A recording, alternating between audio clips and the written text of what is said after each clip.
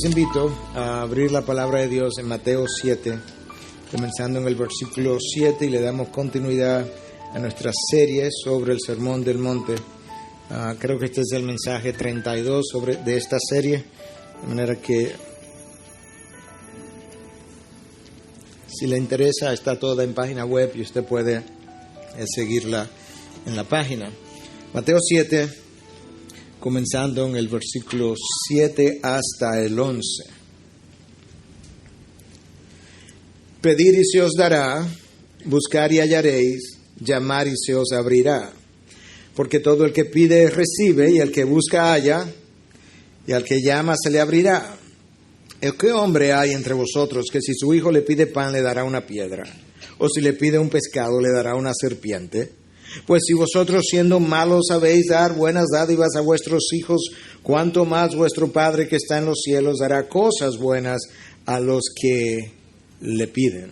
Padre, una vez más, venimos delante de ti a orar, y acabamos de orar hace un momento, pero no nos cansamos de orar. Tú eres quien dice, pedid. Y aquí estamos otra vez. Pero ahora te pedimos por tu inspiración, tu guianza a lo largo del mensaje. Guarda al mensajero de errores y pecados, Dios. No le permita tergiversar tu palabra. No le permita agregar a lo que tú no has dicho. No le permita dejar fuera lo que tú quieres que se diga. Permite que todo tu consejo inspirado en esta porción pueda ser predicado. Quítale de en medio, ponte tú en el medio, que te veas tú, Dios, y escóndele en tu mano, en tu regazo, detrás de la cruz.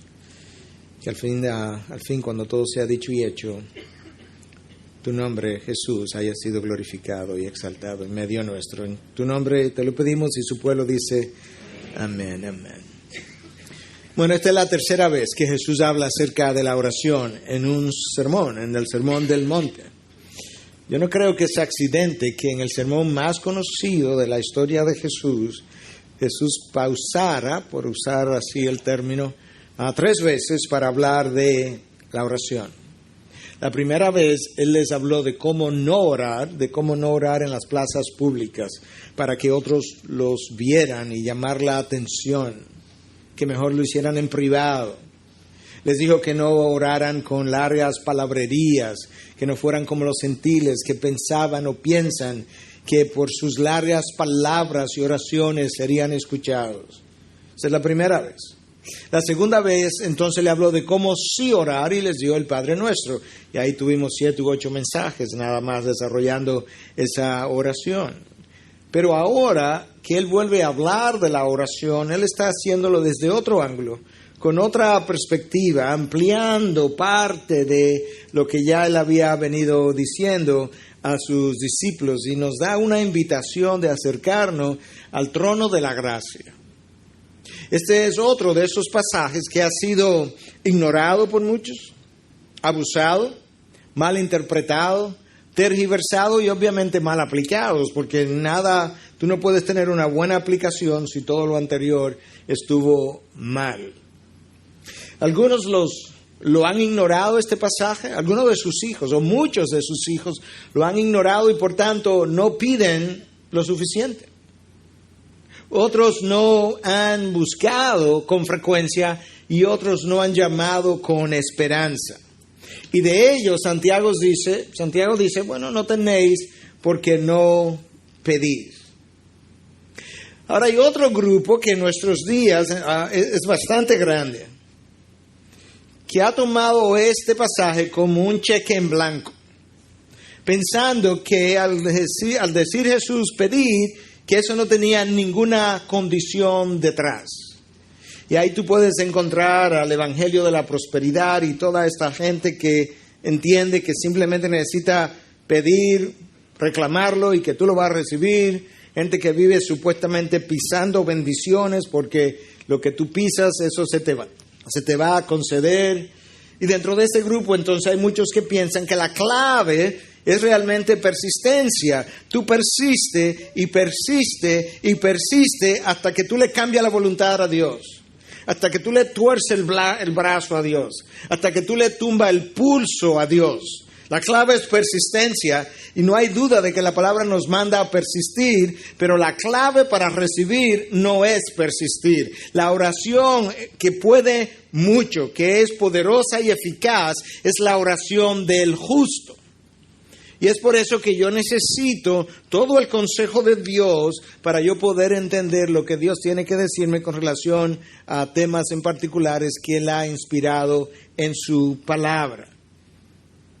Muchas veces el problema de nuestra oración está en que yo estoy pidiendo conforme al corazón humano, que tiene necesidades, deseos, más que necesidades carnales, y entonces al orar, mis oraciones reflejan la carnalidad de mi corazón. Yo no sé si cuando tú lees este pasaje, probablemente, hoy yo solamente lo leí una vez contigo, pero al estudiarlo, tú lees el pasaje una y otra vez, una y otra vez, una y otra vez. Y si tú hicieras eso, yo no estoy tan seguro que tú tendrías la misma impresión que yo tuve, pero a lo mejor pudiera ser el caso. Pero cuando tú lees este pasaje una y otra vez, hasta que las palabras del pasaje como que saltan de la página hacia tus ojos, de repente tú descubres con toda claridad cuál es el énfasis, cuál es el meollo, cuál es el centro, cuál es la raíz, cuál es la enseñanza que Cristo quiere dejarnos en este pasaje por encima de cualquier otra enseñanza. Y la clave está en una palabra. Y esa palabra es la palabra pues, con la que comienza el versículo 11. La palabra pues es una conjunción que une dos ideas. Pero quizás esto te pueda ayudar. Me fui al diccionario de la Real Academia y quise ver qué decía de la palabra pues. Y dice que es una conjunción que denota causa, motivo, razón. Es como que yo vengo hablando contigo y después que llego a un punto te digo, pues entonces, y te doy la conclusión.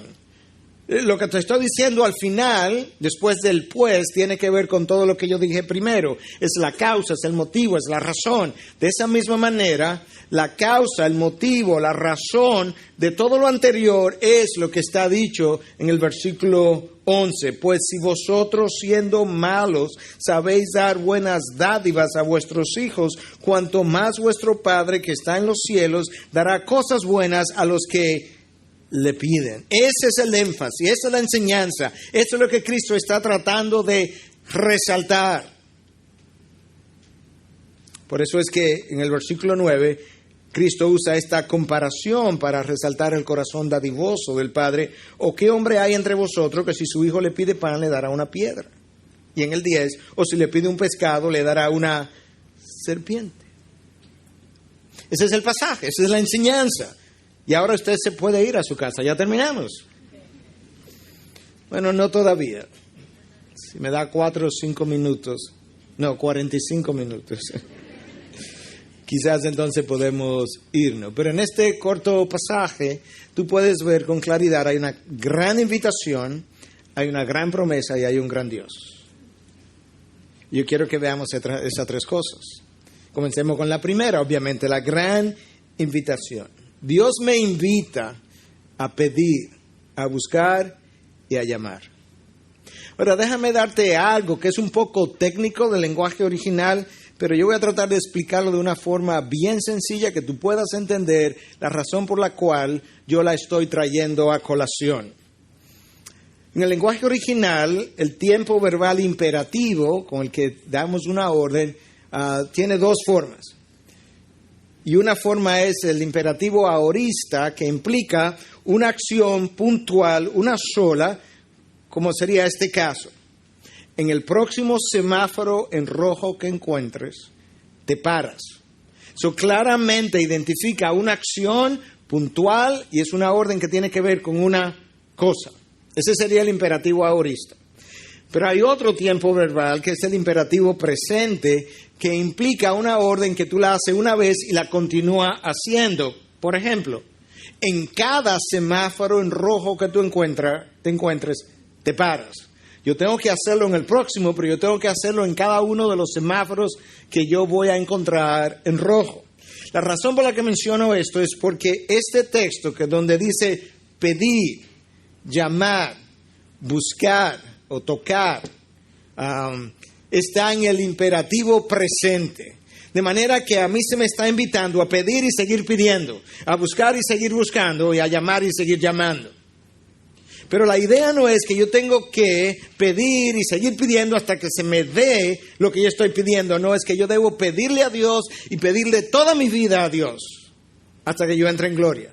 Yo debo buscar de Dios y seguir buscando de Dios todo el tiempo. Yo tengo que llamar a la puerta y seguir llamando todo el tiempo de mi vida que me resta. Esa es la idea. Yo tengo eso en una forma imperativa, presente, que me dice, eso es como Dios entiende, tú debes hacerlo para el resto de tus días. Eso nos dice a nosotros que esta invitación es extraordinariamente buena. No solamente porque viene de un Dios bueno, sino por lo amplia que es. Imagínate que en el día de hoy, una persona muy pobre de esta nación o cualquier otra, recibiera una llamada de parte del presidente de Estados Unidos, y simplemente escojo al presidente de Estados Unidos por ser hasta ahora la nación más rica y poderosa del globo en estos momentos. Entonces, a pesar de que está muy mal económicamente, pero es la nación más poderosa. La persona pobre recibe una llamada de parte del presidente de esa nación que le hace una invitación a venir a su nación y poderse servir de todos los beneficios que la nación le pudiera dar, a servirse del plato de la nación norteamericana con la cuchara grande. Esa persona se sentiría, yo estoy seguro, ampliamente honrado, bendecido, alegre. La noticia circularía por todas partes, porque él sabe que el fin de sus necesidades físicas, por lo menos, ha llegado. Ahora yo menciono eso porque la invitación que nosotros tenemos no ha venido de parte del presidente de Estados Unidos, sino que ha venido de parte de el Dios de los cielos, el sustentador del universo, el Dios creador, el que posee el cielo y la tierra, el Dios soberano, el Dios eterno, sabio, inmortal. Él nos ha dicho, pedid, buscad, llamad, y yo voy a responder. Ahora, lo lamentable es que con toda probabilidad la llamada del presidente de Estados Unidos en el día de hoy a uno de nosotros con una oferta similar probablemente nos impresione y nos mueva a mayor alegría que la oferta que Dios me está haciendo en su palabra. ¿Sí o no? Esa es la realidad. Y la razón es una sola. Es porque nosotros, al igual que Pedro en Cesarea de Filipo, con frecuencia tenemos pendiente más bien las cosas de los hombres que las cosas de Dios. Esa es la razón por la que Cristo reprende a Pedro y le dice que me está haciendo piedra de tropiezo, porque tú no tienes la cosa de Dios en mente, sino las cosas de los hombres, las cosas terrenales. Esas son las que nos llenan los ojos. Y es así. Cuando Adán se separó de Dios, quedó con una mente entenebrecida. Esa mente entenebrecida no piensa bien, pero siempre cree que tiene la razón. Ese corazón que nosotros hemos heredado ahora es un corazón idólatra que prefiere sus ídolos antes que a Dios, pero no se considera culpable de idolatría. Y la voluntad esclavizada antes de venir a Cristo y profundamente debilitada aún después de venir a Cristo, debilitada por el pecado, nos tiene atrapados. Y entonces, debido a eso, ¿verdad?, nosotros tendemos a responder con frecuencia de una mejor manera a las ofertas del mundo que a las ofertas de Dios. Una vez más, yo tengo que recordarnos algo que yo mencioné en un mensaje anterior, y es que lo que deslumbra a Eva es una fruta con un sueño mentiroso detrás. Lo que le llama la atención a Acán es un pedazo de tela, es un manto babilónico y un lingote de oro con su brillo de poder. Y lo que hace que David pierda la cabeza es la anatomía de Betsabé. Es increíble, pero esa es la gran realidad. Ahora, en Cristo, Dios me ofrece no una fruta, sino todo el árbol, y Él es la vid. En Cristo, Dios me ofrece el acceso que Adán perdió en el Edén. Y en Cristo, Dios me ofrece no a la anatomía de una Betsabé, sino un cuerpo glorificado. Cuando Eva despierta la realidad y Adán despierta la realidad, ellos descubrieron que su sueño se había convertido realmente, o no se había convertido, era más bien una pesadilla más que un simple sueño. Cuando Acán abre los ojos, Acán se percata de que el oro ha perdido su brillo. Y cuando David recobra la razón, David entiende que los placeres temporales de la carne jamás podrán llenar las necesidades del alma. Ante esa realidad, Dios nos hace una invitación: pedir, buscar, llamar. Y esa no es la única vez que Dios nos hace una invitación similar. Cuando yo llego al libro de Hebreos, yo me encuentro en 4:16 lo siguiente: por tanto, acerquémonos con confianza al trono de la gracia para que recibamos misericordia y hallemos gracia para la ayuda oportuna. Acerquémonos con confianza. La palabra ahí es parresía en el original, que implica acércate con libertad de expresión. Acércate con libertad para hablarle a Dios todo lo que está en tu mente y en tu corazón. Acércate con reverencia, sí, pero con libertad para tú poder expresarte con toda oportunidad delante de Dios. Y eso lo hizo posible Cristo. De manera que ahora nosotros tenemos una invitación de parte del mismo Cristo en los evangelios, y algo que es reforzado posteriormente en las cartas a la iglesia. Con toda libertad tú debes acercarte. Esa es la invitación. Eso es lo increíble de esa oferta que Dios nos ha hecho vía la persona de Jesús. Pero yo decía que aquí en este texto había no solamente una gran invitación, sino que también había una gran promesa. Y la promesa es: se os dará, hallaréis y se os abrirá. Pastor, pero siempre. Todo el tiempo. La única manera que esta promesa pudiera dejar de ser es si Dios deja de ser Dios, y eso es una imposibilidad. Pero Dios ha hecho una promesa, y Dios mantendrá su promesa hasta el último día. Y nosotros tenemos que recordar, cuando vamos a vivir nuestra vida cristiana, que precisamente esto es la manera como Dios me ha invitado a yo vivir mi vida. No buscando las cosas temporales, sino las cosas que tienen un valor eterno. Y ahí donde radica el problema en la vida de oración del creyente, que su interés, su deseo, su búsqueda frecuentemente ha estado centrado en las cosas que tienen un valor efímero, temporal, que se van a quedar aquí, que no me pueden preparar para la próxima vida, y que Dios incluso nunca ha prometido. Pero eso es lo que me atrae. Se os dará, hallaréis, se os abrirá todo el tiempo. Ahora, Cristo no me dice aquí, cuando Él dice se os dará, no me dice qué es lo que me va a dar. Cuando dice encontraréis, no me dice cómo. Cuando dice se os abrirá, no me dice cuándo. Pero la invitación es pedid. Pero esa invitación tiene condicionantes detrás. Y la primera de esas condicionantes, de la cual hablamos ya en un mensaje anterior, es que para yo pedir, yo necesariamente tengo que ser hijo. Cuando los discípulos vienen donde Jesús para que le enseñe a orar, la oración que Jesús les da es: Padre nuestro. Yo no puedo decir eso si no soy su hijo.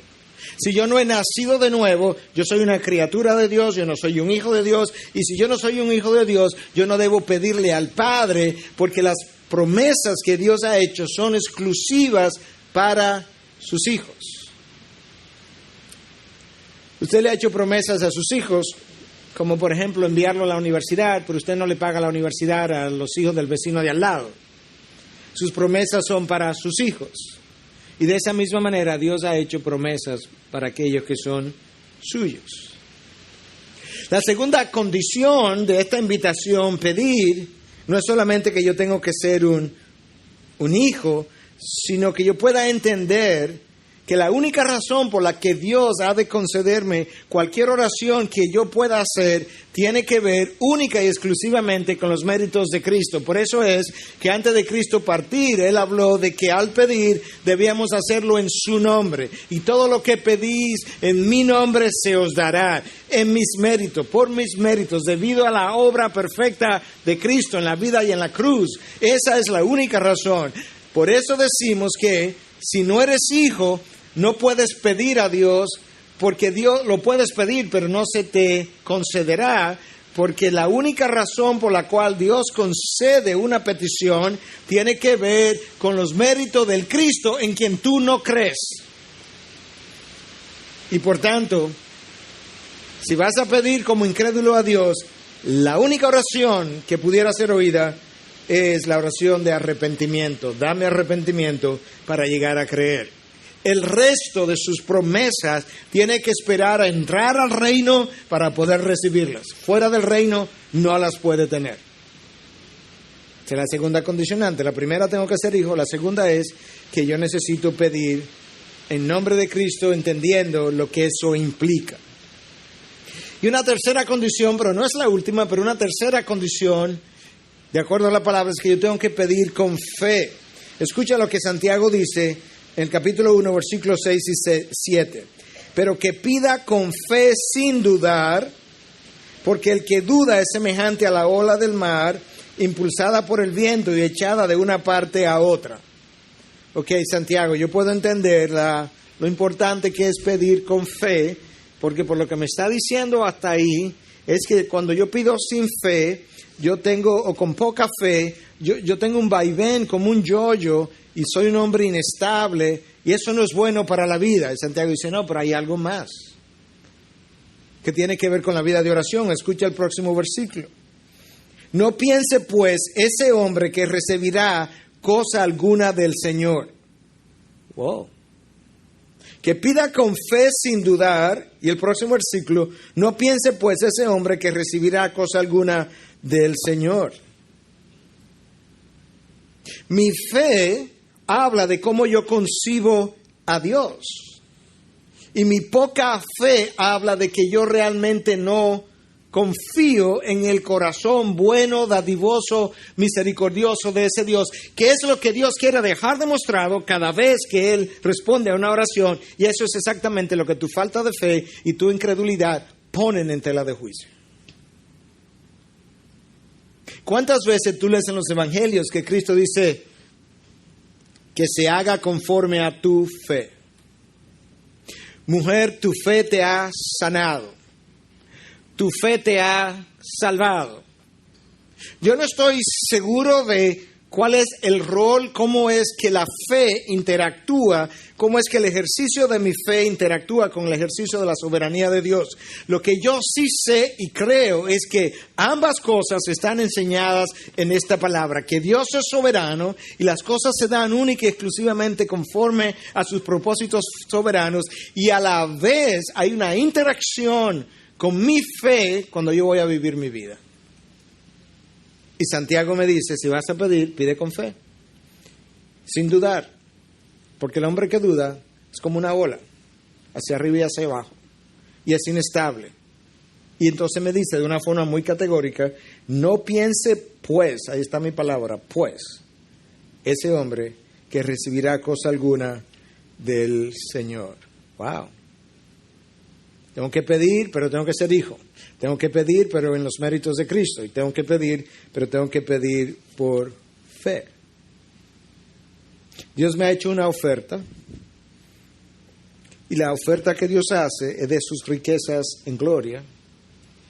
Pero con frecuencia nosotros vamos donde Dios y le pedimos de las migajas del mundo. Y Dios dice, pero ¿cómo tú piensas?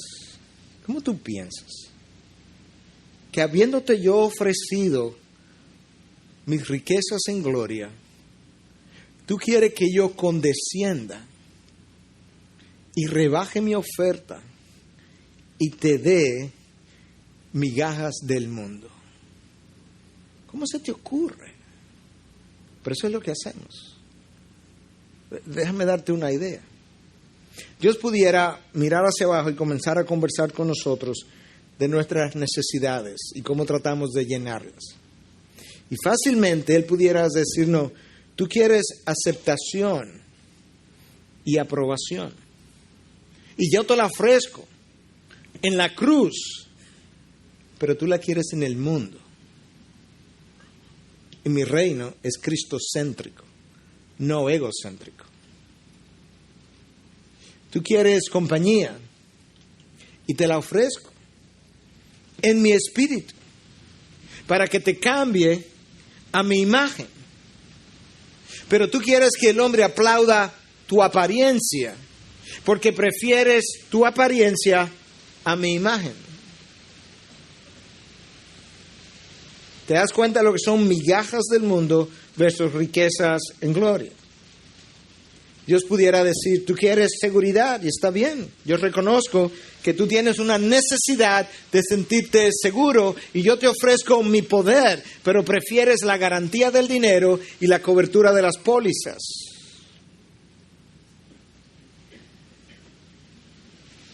Dios dice, ¿quieres significado? Yo quiero dártelo. Yo quiero darte significado a través de mis propósitos, pero tú prefieres tus planes antes que los míos. ¿Quieres amor? ¿Necesitas sentirte amado? Te quiero ofrecer el mío, pero prefieres los brazos de los hombres antes que los míos. Dios dice, mis ofertas son de riquezas en gloria, no de migajas en el mundo. ¿Quieres gozo? Yo te lo ofrezco. Te lo ofrezco en mi Hijo. Te lo ofrezco incluso en medio de la tribulación si lo quieres. Pero prefieres la algarabía de los hombres en medio de tu celebración antes que celebrar el gozo conmigo. Tú quieres paz en medio de la tormenta, pero has cultivado tormentas y has perdido la paz. Pero yo te ofrezco lo que tú quieres. Yo te ofrezco la paz que tú quieres en medio de la santidad de tu vida y mi santidad, pero tú quieres la serenidad en medio de tu mundanalidad, y esas dos cosas no pueden ser. Hermanos, yo quiero volverle a recordar una vez más. Vuelvan a desabrazar lo que se ha estado abrazando por mucho tiempo y que en nuestros días ha cobrado fuerza. No es posible abrazar valores del mundo y valores del reino de los cielos. Son reinos en conflictos, son reinos encontrados, son reinos en guerras. No hay un valor del reino de los cielos compatible con el reino de los hombres. No hay un valor del mundo que al mismo tiempo sea un valor del reino de Dios. No hay una causa del mundo que también sea causa del reino de Dios. El que no está conmigo está contra mí. El que conmigo no recoge, desparrama. No hay zona gris. Los deseos de la carne, Gálatas 5:17, todos se oponen al Espíritu. Todos, absolutamente todos. Y los deseos del Espíritu, todos, absolutamente todos se oponen a la carne. Esas dos cosas no tienen nada en común, excepto que coexisten y la carne atrapa al Espíritu hasta que, como dice Pablo, ¿quién me librará de este cuerpo de muerte? Gracias en Cristo Jesús. Él lo hará eventualmente. Por eso es que quieres hacer lo bueno y no puedes. Lo que quieres hacer no lo puedes hacer. Lo que no quieres hacer termina haciendo. está atrapado en este cuerpo caído de muerte. En mi carne nada bueno hay. Nada, absolutamente nada. Pero la carne es la que pide. La carne es la que demanda. Pero cuando Cristo dice, pedir y se os dará, eso tiene que ver con lo que Él ha estado ofreciendo. Suponte que tú vas a la biblioteca del Congreso norteamericano, que supuestamente es la biblioteca más grande del mundo, y que se te dice, mira, te puedes llevar el libro que tú quieras, la colección de libros que tú quieras, te la vamos a regalar. Y hay colecciones allí sumamente caras. Pero yo puedo pedir cualquiera, la que tú quieras. Wow, una oferta bien amplia. Suponte que tú entres, va la persona que se va a encargar de ti. Tú le dices, yo quisiera un hamburger con papas fritas. ¿Qué? Un hamburger con papas fritas. Y te ven como medio extraño y tú le dices a la persona, pero ¿cuál es el gran problema? Eso lo que cuesta son $8 y la colección de libros que ustedes me quisieran regalar puede costar hasta 500, 1000, más de eso en dólares. Entonces, ¿cuál es el problema? Señor, usted no entiende. Es que aquí no hemos hecho oferta de comida, sino de libros. Eso es una vaga ilustración de qué es lo que ocurre. Dios ha hecho una oferta y nosotros vamos con peticiones que no tienen nada que ver con sus ofertas, con sus promesas. Cuando Cristo dice, pedir es de todo lo que yo he ofrecido. De eso tú puedes pedir hasta la saciedad y se te os dará. Pero tiene que haber un match, un apareo entre mi oferta y tu petición, porque si no, vamos a estar así siempre. Tú tienes que mover tu petición para que tu petición se encuentre con mi oferta. Y hay por así decirlo, y usar un lenguaje de computadora, mi petición tiene que estar linkeada, relacionada con la oferta, o no lo voy a tener. Pedid y se os dará. Ahora tengo que preguntarme entonces, ¿qué es lo que yo estaba pidiendo? Yo no sé, pero tiene que preguntarte eso. Y luego que te pregunte qué es lo que he estado pidiendo, tengo que preguntarme, ¿y cuáles han sido mis motivaciones? Porque Santiago dice, no tenéis porque no pedís, pero entonces cuando pedís, pedís con malas motivaciones para gastarlo en vuestros placeres. Wow. ¿Qué pido? ¿Cómo pido? ¿Cuándo pido? ¿Para qué pido? ¿Qué hago con lo que pido?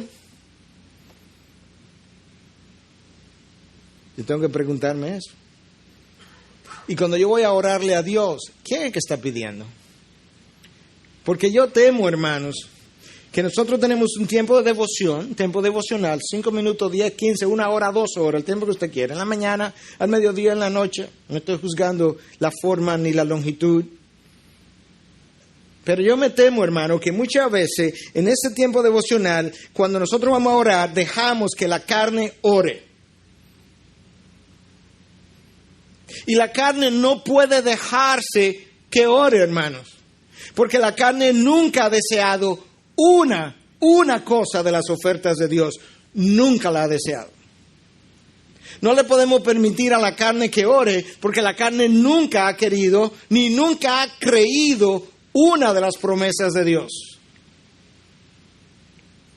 Y la carne nunca ha disfrutado, absolutamente nunca ha disfrutado una de las dádivas de nuestro buen Dios. Dios nos dio un espíritu regenerado para que con el espíritu regenerado yo pueda tener comunión con Él. Él es el que tiene que pedir. El Espíritu Santo da testimonio a mi espíritu, no a mi carne, de que yo soy hijo. Y mi espíritu es el que tiene que pedir, no mi carne, por Dios. Y es por eso que entonces pedimos con malas motivaciones para gastarlo en nuestros placeres. Eso es lo que Santiago dice. El espíritu regenerado no tiene deseos por placeres, es la carne. Y eso es lo que Santiago justamente dice. Pide y cuando recibe, la carne se lo gasta.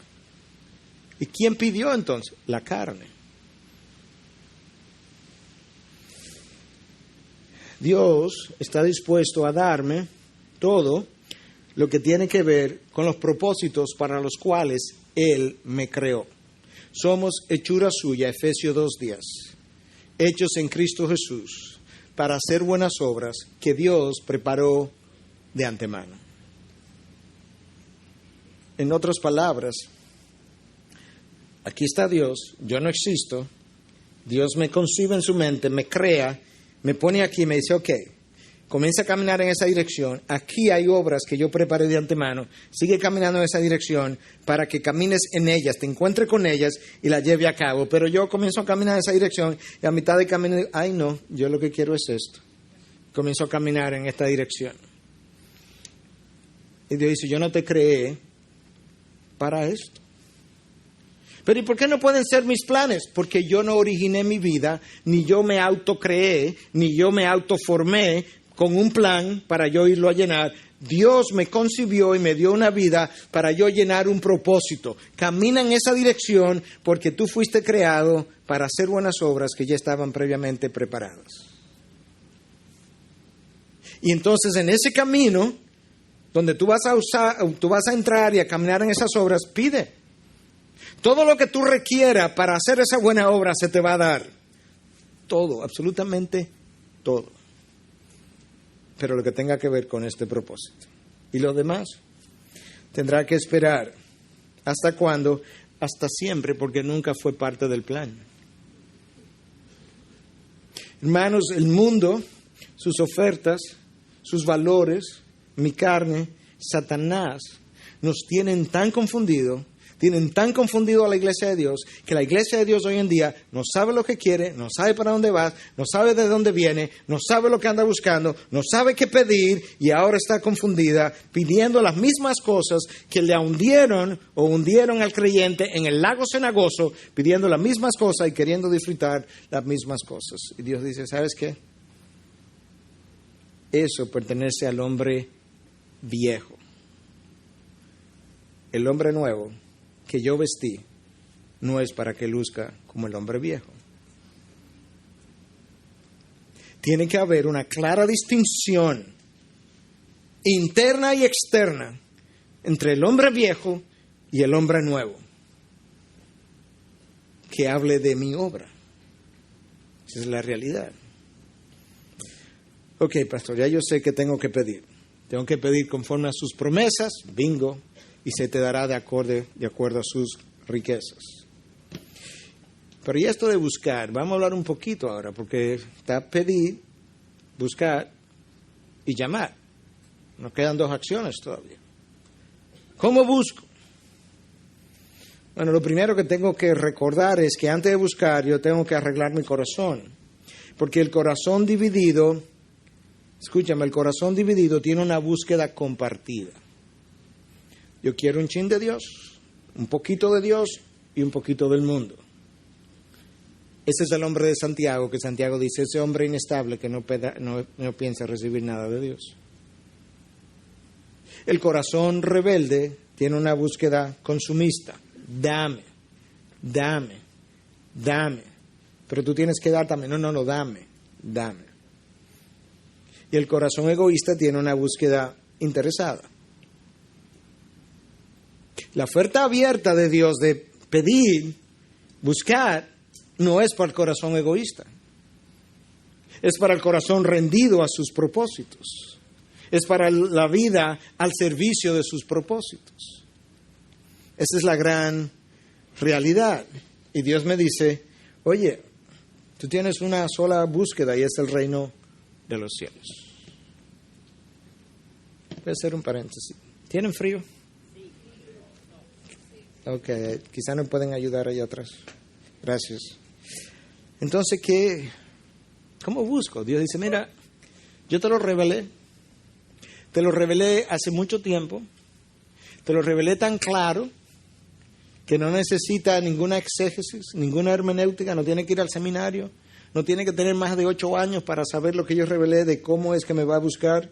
Lo único que tiene que saber es leer y ya prácticamente con eso y un poquito más podrías entender esto. Me buscaréis y me encontraréis cuando me busque de todo corazón.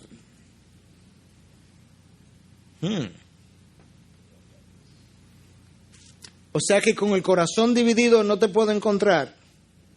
No. Con el corazón egoísta no te puedo encontrar.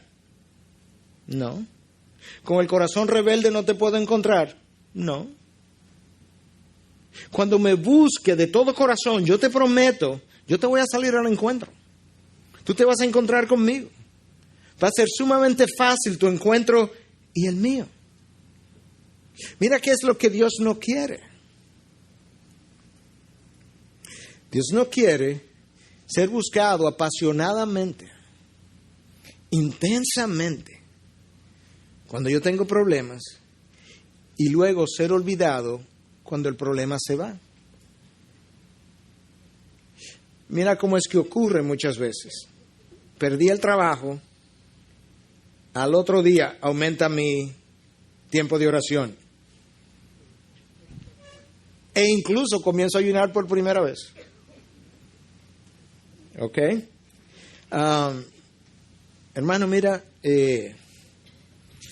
yo compré un billete de la lotería. Yo sé que tú eres cristiano y tú no juegas, pero yo te lo voy a regalar. Entonces te saca un dinero largo y a los 3 días bajó la intensidad de la oración.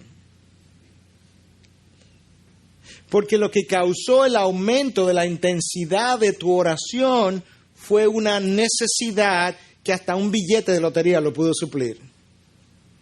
Y por tanto mi búsqueda no era de Dios, era de ingresos. Si me lo da Dios, si me lo da otro nuevo trabajo o me lo da un billete de la lotería, da lo mismo. Y eso es lo que el hombre ha hecho. Me enfermé, se enfermó mi hijo, se enfermó mi mamá, a orar y a ayunar. Se sanó mi mamá, se sanó mi hijo, me sané yo. Bye Dios. Lo que andaba buscando era la salud, no a ti, y ya llegó la salud. Nos vemos en la próxima crisis.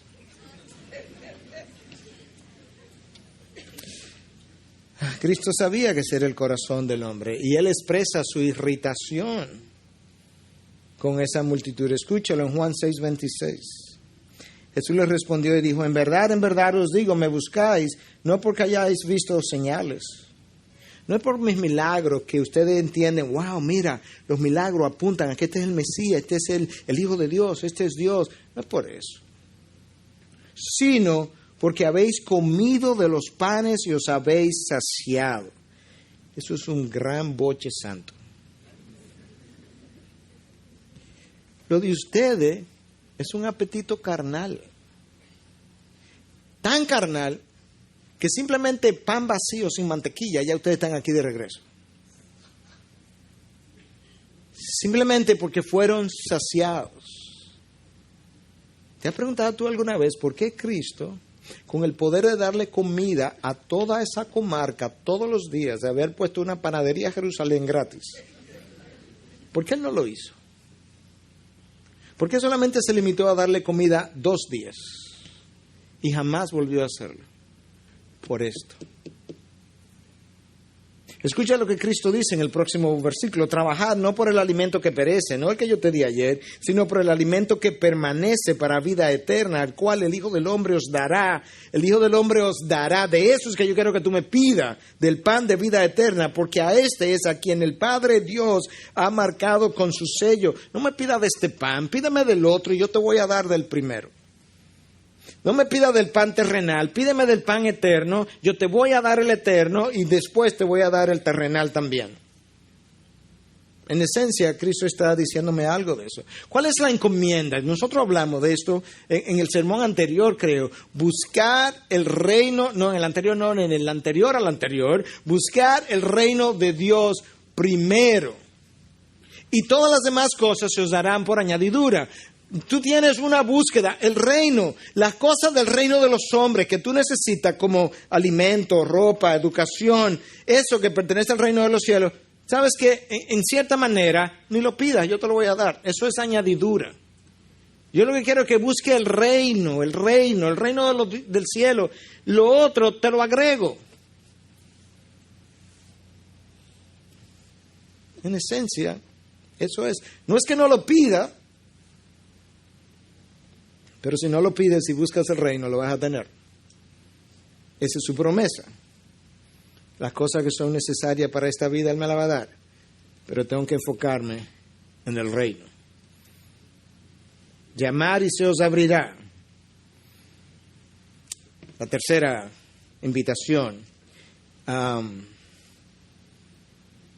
Algunos piensan que la puerta, o sea, la invitación es llamar, la oferta o promesa es, te voy a abrir.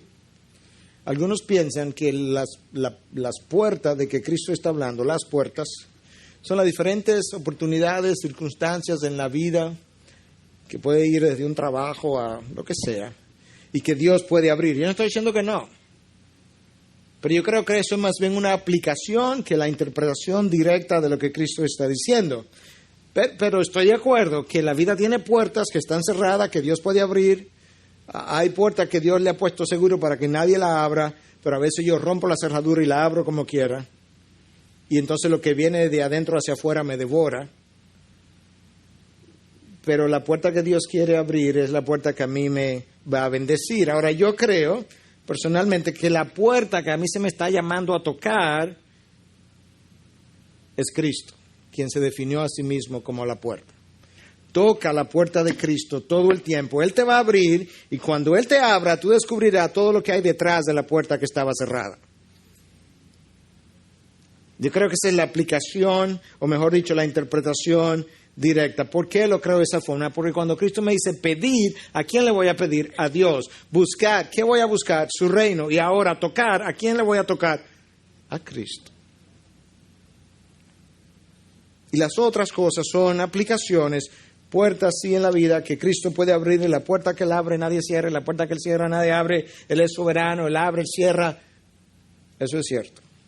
Pero yo creo que aquí la puerta que yo tengo que tocar todo el tiempo es a Cristo mismo. Ya vi la invitación, ya vi la promesa. Me queda una cosa, un gran Dios. Versículos 9 y 10. ¿O qué hombre hay entre vosotros que su hijo le pide pan, le dará una piedra? Si le pide un pescado, le dará una serpiente.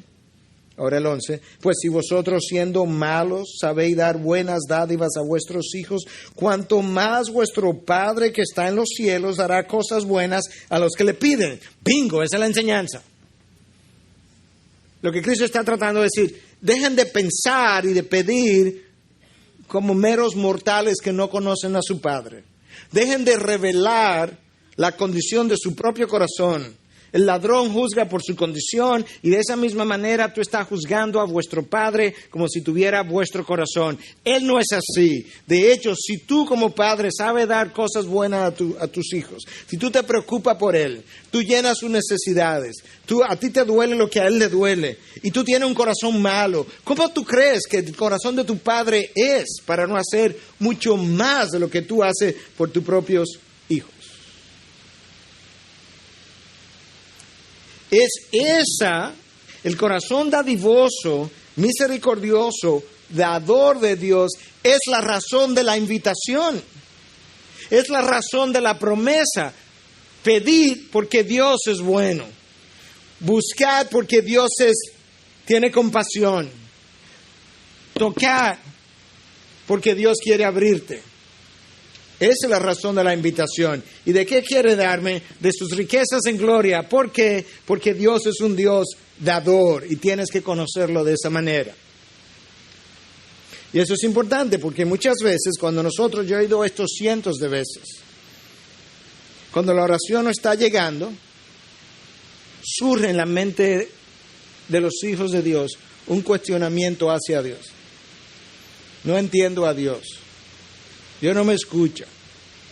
Dios me abandonó. Cuando Dios dice, oye, aunque tu padre y tu madre te abandonen, yo jamás te dejaré.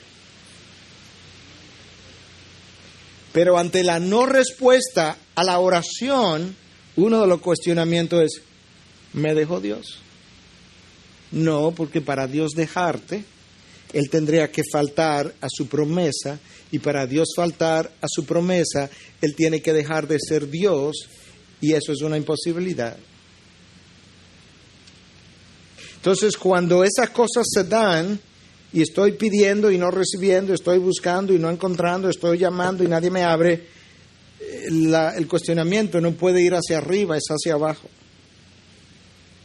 ¿Qué estoy pidiendo? ¿Cómo? ¿Cuándo? ¿Dónde? ¿Cómo estoy buscando? ¿Cómo estaba mi corazón al buscar? Porque si hay algo que yo sé, es que Dios se deleita en dar. Escucha Santiago una vez más, 1:17. Toda buena dádiva y todo don perfecto viene de lo alto, desciende del Padre de las luces, con el cual no hay cambio ni sombra de variación. Lo que Él prometió ayer, lo promete hoy, lo dará mañana. No hay cambio, no hay sombra de variación. No hay una parte de Dios que es buena, otra que no es tan buena y otra que es mala. No, Él es bueno, completamente bueno, de principio a fin. Dador, misericordioso, fiel. Su carácter es la base de la invitación. Su benevolencia es la razón de sus promesas. Dios es tan bueno que Él bendice incluso al impío cuando hace llover, caer la lluvia sobre buenos y malos, cuando hace salir el sol sobre creyentes e incrédulos. Dios es tan bueno que cuando yo soy infiel, Él permanece fiel. Dios no me ha hecho promesas porque yo soy tan bueno. Dios me ha hecho promesas porque Él es bueno. Y yo no recibo sus promesas porque me he portado tan bien, aunque yo tengo que portarme bien. Yo recibo sus promesas porque Dios es un Dios dadivoso, misericordioso y dador. Y en su bondad Él hace llover sus promesas. Pastor, pero yo no tengo que portarme bien. Como dicen en inglés, you bet. Obligatoriamente tú tienes que portarte bien. Pero después que te portes bien, no has ganado crédito para que seas merecedor de promesas, porque a lo máximo que puedes llegar, si lo hace todo, es a ser un siervo inútil. O sea que ni para eso calificas, porque nadie lo ha hecho todo.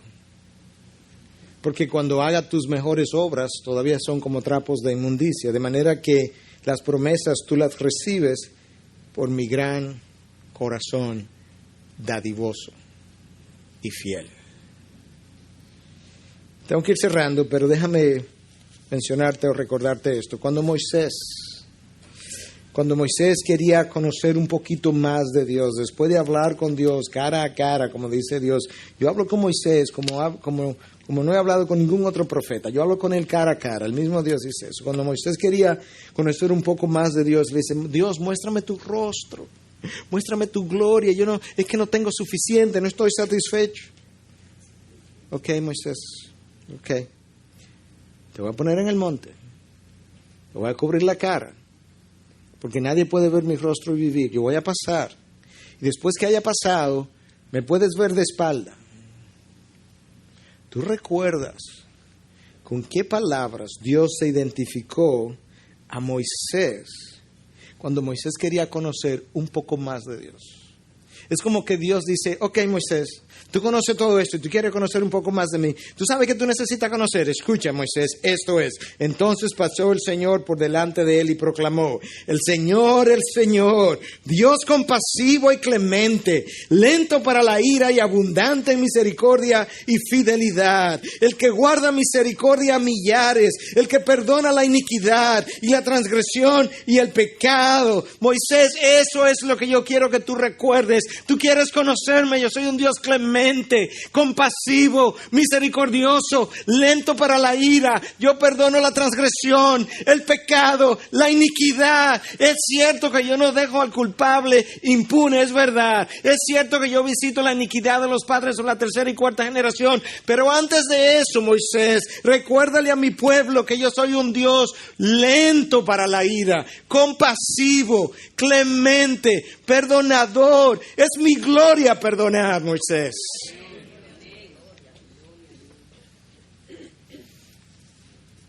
A ese Dios es que yo he sido invitado a venir y a pedirle y a buscar.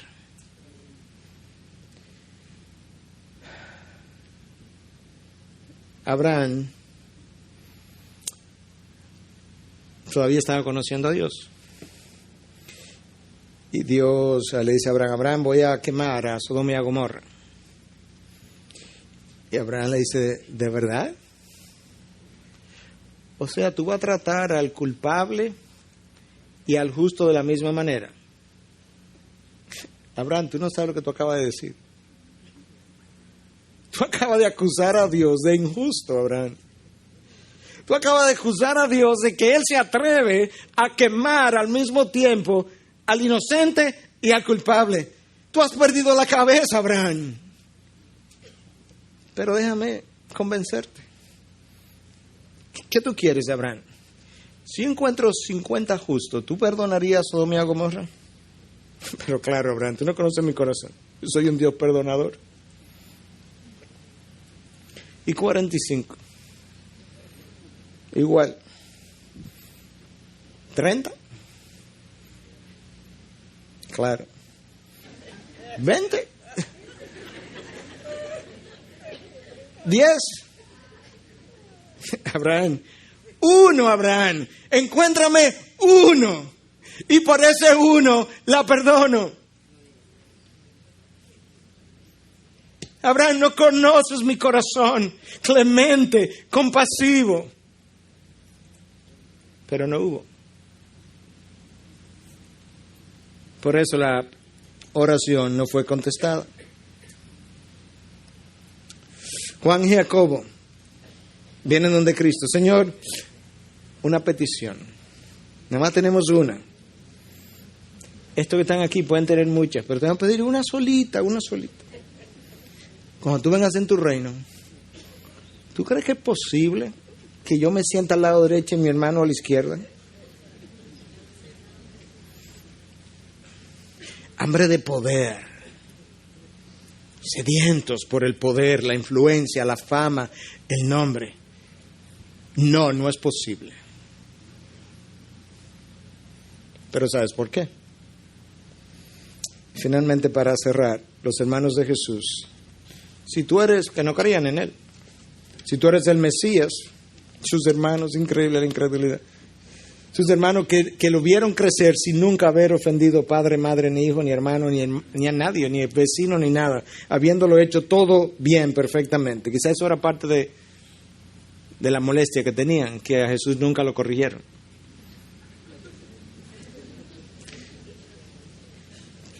¿Qué cosa, que nunca hace nada para que le llame la atención? Entonces, si tú eres el Mesías, el que dice, ve y preséntate, para ustedes cualquier hora es la hora, pero mi hora no ha llegado. Porque las cosas no se dan en el reino de los cielos conforme al calendario de los hombres, sino al calendario de Dios. Y como vosotros no tenéis en mente las cosas de Dios, sino las de los hombres, por eso pensáis de esa manera, pedís de esa manera, buscáis de esa manera y tocáis de esa manera. Hermanos, el Dios que dio a su Hijo lo mejor que Él tenía, el Dios que entregó su unigénito, no tenía otro, por gente rebelde como tú y como yo, que no te va a dar, que te va a rehusar ahora, hermano, que tú eres su hijo por el amor de Dios. ¿Cómo puedes pensar? Bueno, pero Dios no me ha dado todo lo que le he pedido. No, si te lo da, te destruye. te autodestruye. Eso es lo peor, que el hombre le vive pidiendo a Dios cosas con las cuales él se autodestruiría. Y Dios te dice, no, confía en mi corazón bondadoso, que solamente sabe dar cosas buenas. Y las que me pide muchas veces no son buenas. Para tu carne, quizás, pero no para tu espíritu. Y la carne no me interesa, irá al cementerio, se corromperá. Tu espíritu es el que yo he regenerado. Y tu cuerpo me interesará cuando yo esté listo para glorificarlo. Es cuando verdaderamente servirá para algo. Ahora mismo está atrapado con pecados que moran en los miembros de mi cuerpo, dice Pablo en Romanos 7. Tú tienes un Dios que te dice, acercaos con confianza al trono de la gracia. Pedid de sus promesas, buscad su reino, tocad su puerta. El resto no puede ser. Integridad y Sabiduría es una producción que llega hasta ustedes gracias a los aportes de individuos y empresas comprometidos con la defensa de la fe.